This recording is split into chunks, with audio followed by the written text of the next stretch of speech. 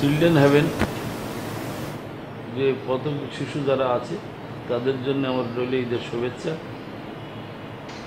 আর যারা সমাজে বঞ্চিত শিশু তারা ভবিষ্যতে মাথা উঁচু করে যাতে দাঁড়াতে পারে সেই চেষ্টা আমাদের সমাজে সবাই থাকা উচিত।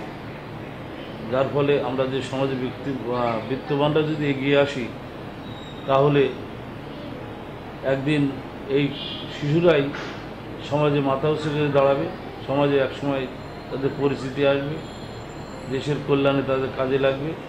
তাই আমার আহ্বান থাকবে সমাজে যারা বিত্তবান আছেন তারা সবাই যদি একটু এগিয়ে আসেন তো এই পথশিশু যারা চিলড্রেন হ্যাভেন যারা আছে তারা ভবিষ্যতে অনেক ভালো পর্যায়ে যাবে, দেশের সুনাগরিক হবে। সবাইকে এই কথা আমার আহ্বান থাকবে। আমিও চেষ্টা করব এই পথশিশুদের জন্য যতটুকু করা ততটুকু করবো ইনশাআল্লাহ।